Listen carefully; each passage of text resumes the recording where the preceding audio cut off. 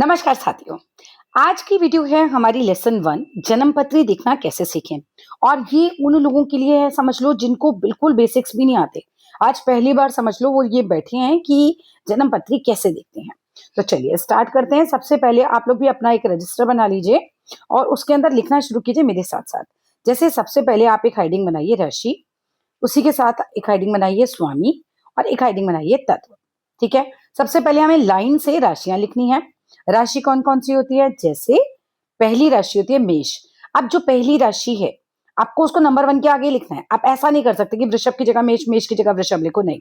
आपको ये लाइन जो है बिल्कुल एज़ इट इज़ लिखनी है। सेम एज़ मेष राशि का स्वामी कौन होता है? मंगल, तो वो उसी के सामने लिखना है। मेष राशि का स्वामी कौन होता है? मंगल।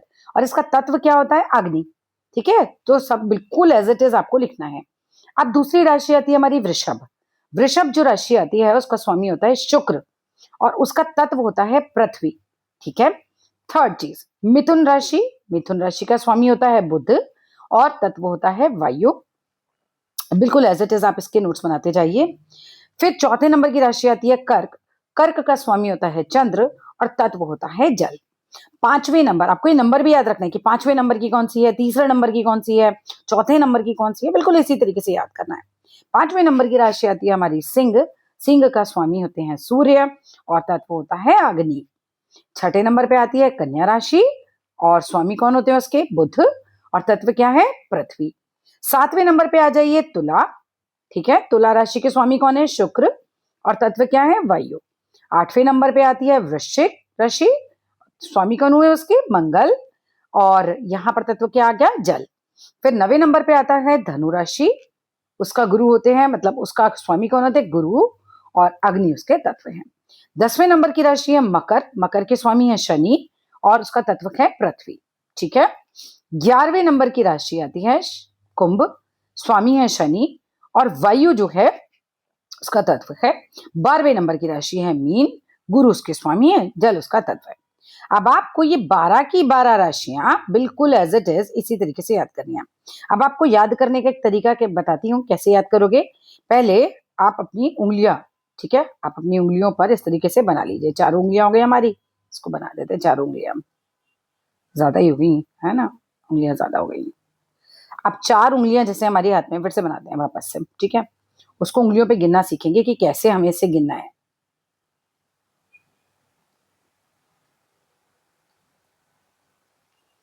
4 उंगलियों में कितने खाने हो गए हमारे? ऐसे 3-3 खाने हो गए। तो बिल्कुल ऐसे ही आपको काउंट करना है, जैसे कि मेष, वृषभ, मिथुन, कर्क, सिंह, कन्या। ये इसी तरीके से आप जो है याद करें। तो पहली उंगली के ऊपर जो तीनों खाने हैं बार-बार याद करो। मेष, वृषभ, मिथुन, मेष, वृषभ, मिथुन, मेष, वृषभ, मिथुन, कर्क, सिंह, कन्या, कर्क, सिंह, कन्या, कर्क, सिंह, कन्या। ठीक है? और उसके बाद 7, 8, 9 तुला, वृश्चिक, धनु, तुला, वृश्चिक, धनु। तो तीसरी अनामिका उंगली पे क्या आ जाएगा? तुला, वृश्चिक, धनु। और 10, 11, 12 मकर, कुंभ, मीन। जो कनिष्ठिका उंगली है, सबसे छोटी उंगली है, उस पर याद करो मकर, कुंभ, मीन, मकर, कुंभ, मीन। ये याद हो जाए, फिर साथ साथ आपको याद करते जाना है। जैसे अगर मैं आपसे पूछूं मेष राशि का स्वामी कौन, तो आप बताएंगे मंगल। मैंने पूछा वृषभ राशि का स्वामी कौन, तो आप बताएंगे शुक्र। आपको हर एक राशि के स्वामी भी याद रखने चाहिए और तत्व भी याद होना चाहिए। चलिए आगे चलते हैं। अब याद करना है आपको डिग्री, अवस्था और उसका क्या परिणाम है। आप जन्मपत्री में कई बार देखेंगे कि आपको डिग्री लिखी हुई मिलेगी। ठीक है? तो डिग्री अगर किसी की लिखी है 0 डिग्री से 5 डिग्री, तो इसका मतलब वो ग्रह अभी बाल अवस्था में है, तो उसका जो परिणाम होगा वो रफली 0 से 20% तक ही होगा। अब चाहे वो उच्च का बैठा है चाहे वो नीच का बैठा है, वो अपने रिजल्ट जो देगा वो 20% ही देगा। वहीं अगर उसकी डिग्री 5 से 10 डिग्री है तो वो कुमार अवस्था में वो अपने रिजल्ट कितने दे रहा होगा? 20 से 50%। अब आपको जैसा मैं बताती जा रही हूँ ऐसे ही नोट्स आप बनाते जाओ। सो ग्रेजुअली धीरे धीरे आपको सब याद भी हो जाएगा और समझ में भी आता जाएगा। जब अपना रजिस्टर पलट पलट के आप देखा करोगे तो आपको सब याद हो जाएगा।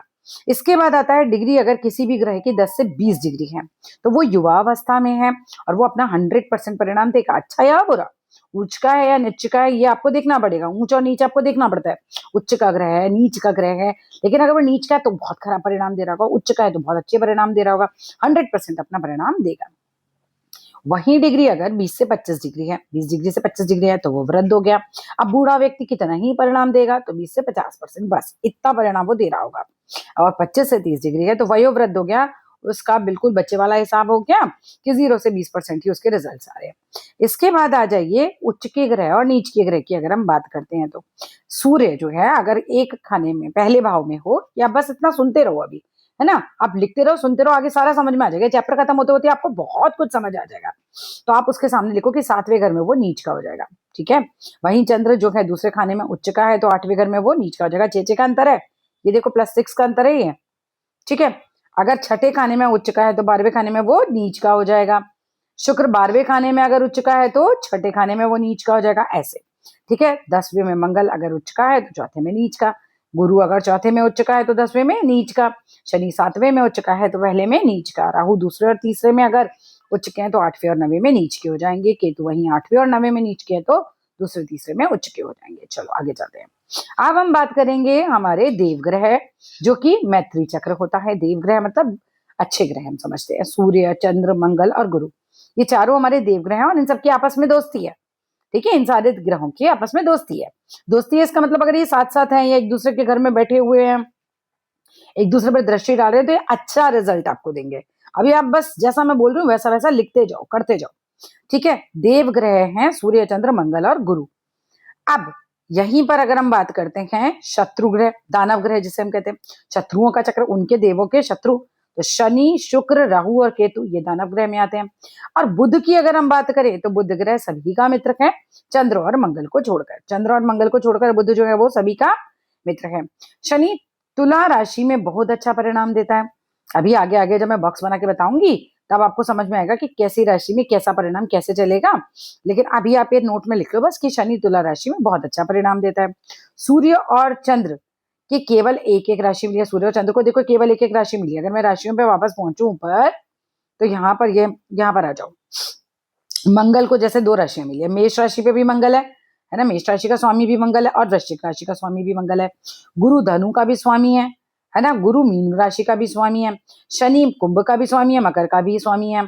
तो इस तरीके से सबको तो 2-2 मिल रही है, लेकिन सूर्य और चंद्र को एक एक मिली है। जैसे चंद्र केवल कर्क राशि का स्वामी है और सूर्य जो है वो केवल सिंह राशि का स्वामी है। ये वाला पॉइंट हमने लिखा था यहाँ पर, ठीक है। क्लियर है यहाँ तक? बिल्कुल क्लियर है तो फटाफट से आप कमेंट बॉक्स में बताओगे भाई क्लियर है हमें यहाँ तक। एक सेकेंड, हाँ यहाँ तक की बात हमारी क्लियर चल रही है। चलिए आगे चलते हैं। बाकी सभी को 2-2 राशियां मिली, ये बात भी क्लियर हो गई। अब कितने नक्षत्र होते हैं बच्चों? नक्षत्र होते हैं 27 नक्षत्र होते हैं। राशि टोटल कितनी है? 12। ग्रह कितने होते हैं? 9। और भाव कितने होते हैं? 12। अभी भावों पे भी आएंगे, कैसे भाव बनते हैं। इस तरीके से ये जो बनता है आपने देखा होगा जन्म पत्री में, इस तरीके से एक बॉक्स बनाते हैं, फिर उसको कट करते हैं ऐसे करके, ऐसे, फिर यहाँ जो सेंटर पॉइंट होता है उसको इसके सेंटर पॉइंट से मिलाओ, फिर यहाँ जो सेंटर पॉइंट है इसके सेंटर पॉइंट से मिलाओ, ये मिलाओ और ये मिलाओ, ये बॉक्सेस बन गए। ये क्या बनेंगे? इसके अंदर हम क्या है? भाव है हमारे। पहला भाव यानी कि फर्स्ट हाउस, दूसरा भाव सेकंड हाउस, तीसरा भाव थर्ड हाउस, चौथा भाव पांचवा, छठा, सातवां, आठवां, नवा, 10वां, 11वां और 12वां। ये भाव आपको याद होने चाहिए। 1 2 3 4 5 6 7 8 9 10 11 12। अगेन पढ़ना बिल्कुल इसी तरीके से। 1 2, आप 1 का 2 यहाँ नहीं ले सकते। 1 2 3 4 5 6 7 8 9 10 11 12। ये आप अपनी कॉपी में बना लीजिए, ये आपको याद होना चाहिए, क्योंकि ये खाने लिखकर नहीं आएंगे, ये नंबर नहीं लिख कर आएंगे, नंबर राशियों के लिखे होंगे उसके अंदर। भाव आपको याद होना चाहिए, ठीक है। नंबर राशियों के लिखे होंगे, मैं फिर बता रही हूँ, नंबर राशियों के लिखे होंगे। राशियां भी 12 हैं, भाव भी 12 हैं, नंबर राशियों के लिखे होंगे, कौन सी कहाँ राशि बैठी हुई है, ठीक है। लेकिन आपको ऐसा है कि ये भाव आपको रटे हुए होने चाहिए। चलो आगे चलते हैं। दृष्टि की अगर हम बात करें, भाई दृष्टि क्या होती है? आपने ऐसा सुना होगा इस पे दृष्टि पड़ रही है ना, सूर्य की दृष्टि इस पे पड़ रही है, उस पे पड़ रही है, इस तरीके से क्या होता है ये दृष्टि की बात करें तो यहाँ पर देखो, सूर्य, चंद्र, मंगल, बुध, गुरु, शुक्र, शनि, राहु, केतु की सप्तम दृष्टि होती है। यानी कि अपने खाने से 7वें खाने को देखते हैं। 7वां खाना कैसे? चलो समझ लेते हैं, पहले इस बात को ही समझ लेते हैं। जैसे कि हम यहाँ पर देखें, ये नॉर्मली मैंने एक जन्म पत्रिका खांचा बनाया, ठीक है। अब इसको कैसे बनाएंगे? ऐसे क्रॉस करेंगे, फिर उसके बाद सेंटर पॉइंट से इसका सेंटर पॉइंट, इसके सेंटर पॉइंट से इसका, इसका और इसका। अब उसने कहा कि सूर्य ग्रह की सप्तम दृष्टि होती है। मान लो कि किसी के खाने में यही सूर्य लिखा हुआ है, यहाँ लिखा हुआ, कहीं भी लिखा हो सकता है, ठीक है, कहीं पे भी। अभी एक करके देख लेते हैं। तो इससे सप्तम नंबर कौन सा होगा? तो पहला, दूसरा, तीसरा, चौथा, पांचवा, छठा, सातवां, यानी कि वो ये वाला घर दिख रहा है। अब इसी चीज को चेंज कर लेते हैं। चेंज करके मान लो कि मैंने फिर से बनाया और ये इस तरीके से बनाया। अब की बार सूर्य यहां बैठे हुए हैं आपके, यहां से सप्तम दृष्टि का सी, तो आप गिनोगे 1 2, अब भाव नहीं, अब भाव आपको याद दिमाग में रखने हैं, भाव नहीं लिख रही हूं मैं यहाँ पर, ठीक है। वो कौन से घर पे पहुंच रहा है ना, वो देख रहे हैं हम। 1 2 3 4 5 6 7, उसकी दृष्टि इस वाले खाने पे पड़ेगी, यहाँ कौन सा ग्रह बैठा है, ठीक है। अगर मान लो कि सूर्य यहाँ बैठा होता तो यहाँ से चाल वही चलेगी, तो 1 2 3 4 5 6 7, तो इस वाले घर को देख रहा होता। किस पे दृष्टि पड़ रही है इंपॉर्टेंट है। अब इन वाले ग्रहों की तो सूर्य चंद्र मंगल बुध गुरु शुक्र शनि राहु केतु की सप्तम दृष्टि होती है। वहीं मंगल चौथे सातवें और आठवें घर में भी देखता है। मंगल अपने से चौथे सातवें आठवें घर में देखता है, तो कैसे देखेंगे हम इसे। आप एक वापस से चार्ट बनाएंगे, ठीक है, बना लिया जी, बहुत आसान है। ओके, इस तरीके से हमने हमारा चार्ट बनाया, मेरे साथ साथ करते चलो तो सब आ जाएगा। मंगल ग्रह मान लीजिए हमारा यहाँ बैठा हुआ है, तो मंगल चौथे घर में भी देखेगा। तो यहां से चौथा घर कौन सा हुआ, देखो 1 2 3 4 5 ऐसे काउंट करते थे, तो 1 2 3 4, चौथे घर मतलब इसमें भी देखेगा मंगल। 5 6 7 इस घर में भी देखेगा, ठीक है, और 8 इस घर में भी देखेगा अपने से। तो सातवें और आठवें दोनों घरों में देखेगा, और इस वाले चौथे घर में भी देखेगा अपने से, है ना, अपने से। यहीं से चाल शुरू करेंगे हम। वहीं अगर हम शनि की बात कर रहे हैं तो शनि तीसरे सातवें और 10वें घर में देखता है। बनाइए इसको भी, चलिए।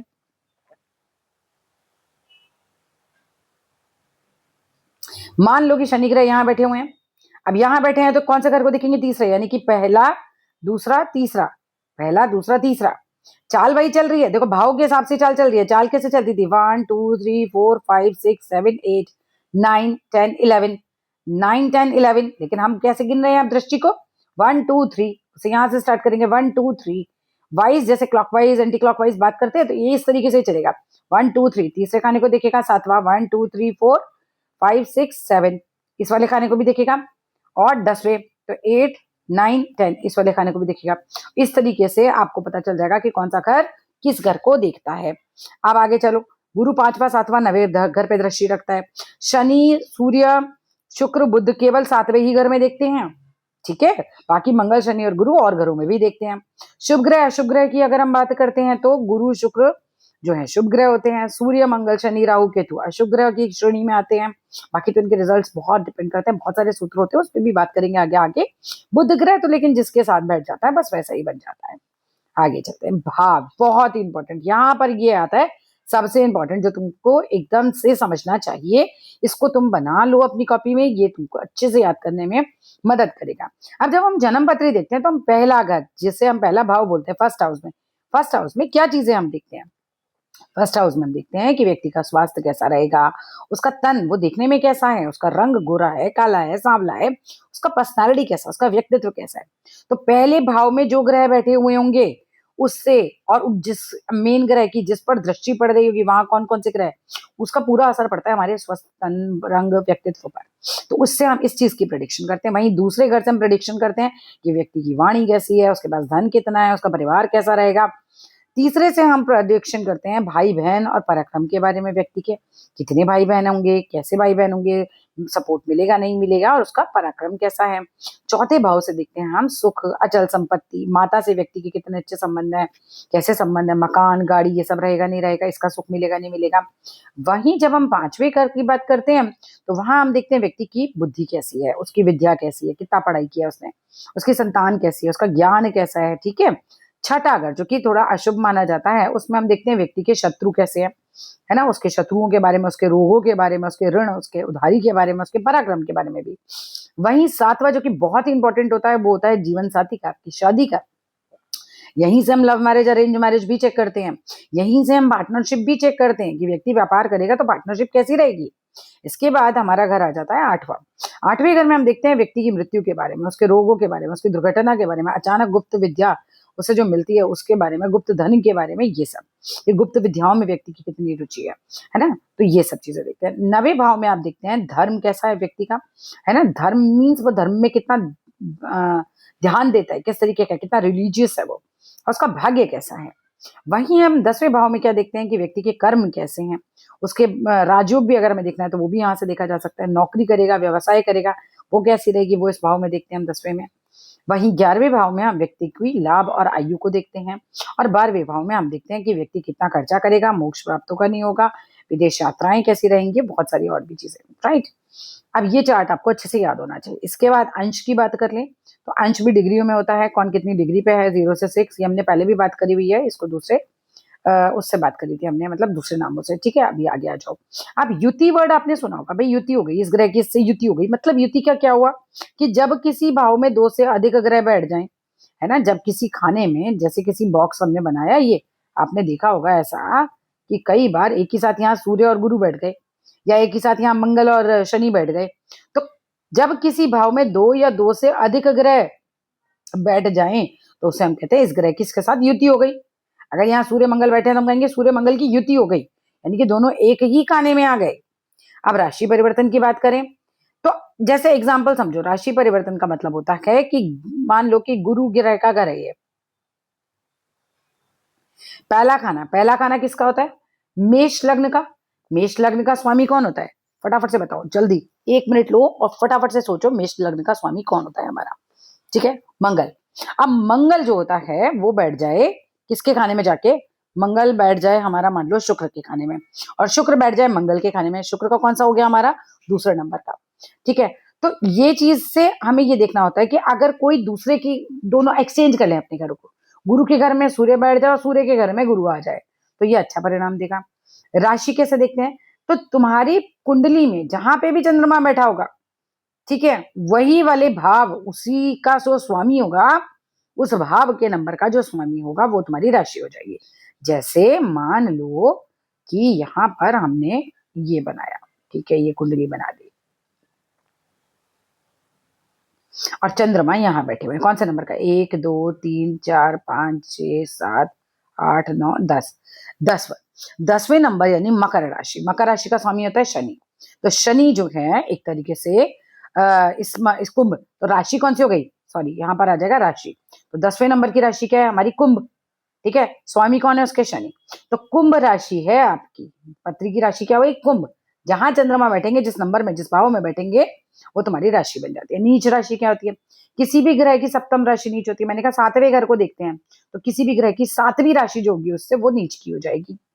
ठीक है, अगर शनि सप्तम भाव में बैठ जाए तो आपको बहुत छोटी या बहुत बड़ी लड़कियों से आपका संबंध हो सकता है, तलाक का योग भी बन जाता है कई बार इसमें।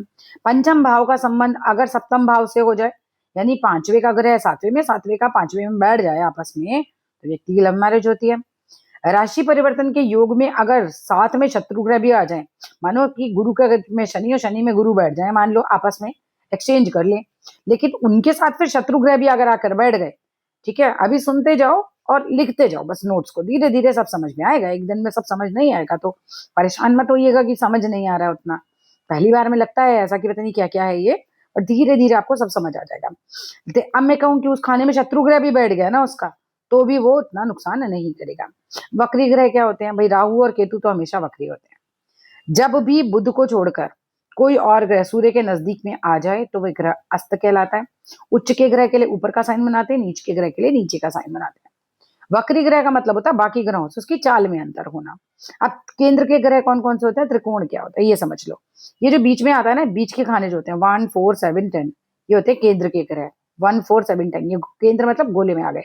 त्रिकोण के ग्रह कौन से होते हैं, अब यहीं से 1 5 और 9 को जब आपस में मिलाते हो तो क्या बनता है आपका, त्रिकोण।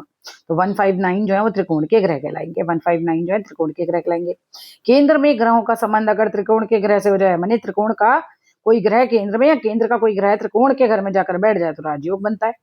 इस लाइन को याद कर लो बस, केंद्र के ग्रह जो है उसका संबंध अगर त्रिकोण के, जैसे पहले का संबंध 5वें से बन जाए, या पहले का संबंध 9वें से बन जाए, या 10वें का संबंध 5वें से बन जाए, या 10वें का संबंध 9वें से बन जाए, 7वें का संबंध 5वें या 9वें से बन जाए, तो त्रिकोण का संबंध अगर केंद्र के ग्रह से बन रहा है तो ये बहुत शुभ होता है, राजयोग देता है। तीसरे और छठे भाव में ज्यादातर अशुभ भाव होते हैं। ठीक है, तीसरा हमारा और छठे में, तीसरा हमारा हो गया ये, और छठे में ज्यादातर ये अशुभ भाव माने में जाते हैं। छठे भाव में अगर मंगल बैठ जाए तो आपका कोई कुछ नहीं बिगाड़ सकता। अब ये शत्रु का भाव है छठा, ठीक है, छठा भाव में ये शत्रु देखते हैं हम इससे, लेकिन अगर यहाँ मंगल अगर बैठ गया तो आपका शत्रु आपका कुछ भी नहीं बिगाड़ सकता। आगे चलो, छठा, आठवां और 12वां भाव कष्ट का भाव होता है। छठा रोग का भाव होता है, तो आठवां मृत्यु, असाध्य रोग, कष्ट को दिखाता है।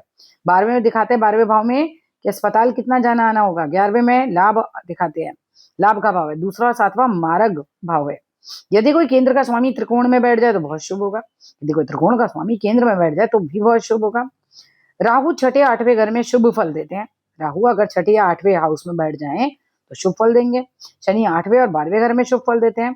धन भाव यानी कि दूसरा भाव का स्वामी लाभ भाव में, और लाभ का स्वामी धन में, तो कभी धन की तुम्हारे को कमी नहीं होगी। कौन सा हुआ धन भाव? देखो, दूसरे नंबर का धन भाव होता है ये, ठीक है, ये धन भाव होता है, ये दूसरे नंबर का पहला दूसरा, यहां से धन देखते हैं तो वो यही कह रहे हैं कि धन भाव जो है, देखो यहाँ पर दिखा देती हूँ मैं, है ना, कंफ्यूजन नहीं होगा। ये रहा धन भाव, अगर धन का स्वामी लाभ में बैठ जाए, माने ये यहाँ पर धन देखते हैं, अगर यहाँ सेकंड नंबर के हाउस यानी कि मान लो वृषभ राशि का स्वामी है शुक्र, और शुक्र बैठ जाए जाके यहाँ पर लाभ क्षेत्र में, तो भाई बहुत धन होगा व्यक्ति के पास, ठीक है। तो ये चीज देखने की है। यहाँ पर तो जो भी ग्रह बैठे होते भैया 11th हाउस में हमेशा बढ़िया ही फल उसका मिल जाता है। आगे चलते हैं। सुख भाव यानी चौथा भाव का स्वामी कर्म भाव में बैठ जाए तो व्यक्ति को क्या होगा, कर्म भाव का स्वामी सुख भाव में बैठ जाए, आपस में एक्सचेंज कर ले तो कर्म करेगा तो सुख मिलेगा, और सुख मिलेगा इसीलिए कर्म करेगा। कोई ग्रह अगर उच्च का हो तो खराब घर में खराबी को कम कर देगा। अगर आपका उच्च का ग्रह बैठा हुआ है वहां, तो खराब घर कितना भी हो उसकी खराबी को कम करेगा, अच्छी चीजों को बढ़ाएगा। उच्च के ग्रह और नीचे के ग्रह कैसे निकालते हैं? देखो, यहाँ पर ऊपर साइन जा रहा है तो उच्च के ग्रह समझ लेना, नीचे साइन जा रहा है तो नीचे के ग्रह। अगर गुरु कर्क भाव में है तो उच्च के हैं, परंतु अपने से 7वें घर में वो नीच के हो जाएंगे, अपने से 7वें घर में वो नीच के हो जाएंगे। सूर्य पहले 9वें भाव में सदैव ही अच्छा फल देते हैं। चंद्र चौथे भाव में सदैव अच्छा फल देते हैं। मंगल तीसरे छठे में सदैव अच्छा फल देते हैं। बुध जो है, चूंकि वाणी को दिखाएगा, आपका 10वां भाव वाणी का भी है, तो वहां में वाणी अगर मतलब बुध बैठ गया वहां पे वाणी के भाव में, तो व्यक्ति की वाणी बहुत अच्छी हो जाएगी, बहुत तेज बुद्धि हो जाएगी, व्यापार में बहुत उन्नति करता है। गुरु ज्ञान, है ना, गुरु अगर सेकंड खाने में आ जाए तो धन देंगे ज्ञान से, 5वें में आ जाए तो बहुत ज्ञान देंगे, तो अच्छा फल देते हैं। सप्तम भाव में अच्छा फल देता है शुक्र। शुक्र सप्तम भाव में बैठा है, 7वें खाने में शुक्र दिख जाए आपको, बहुत अच्छा फल देंगे। पार्टनर के साथ उन्नति होगी, पार्टनर का ही तो खाना होता है सप्तम भाव। देखो यहाँ पर देखते हैं, चलो ऊपर चलते हैं वापस से, यहाँ ये सप्तम भाव होता है, जस्ट अ मिनट, चलो मैं बना के दिखा देती हूँ सप्तम भाव। ये हमने इस तरीके से बनाना है, ये बहुत ही खराब बन रहा है, रुको दोबारा बनाते हैं, या चलो ऊपर से ही देख लेते हैं यहाँ से, जस्ट अ मिनट।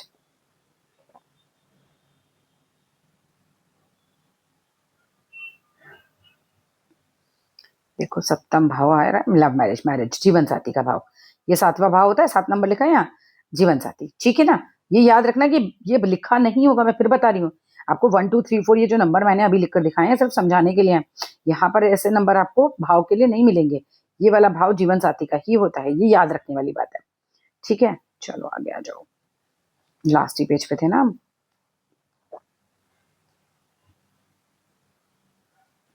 सप्तम भाव में अच्छा फल देते हैं शुक्र, पार्टनर के साथ उन्नति होती है, शादी के बाद आपका नाम होता है ना, बहुत फेमस हो जाते हो या फिर आपको धनी हो जाते हो एंड ऑल।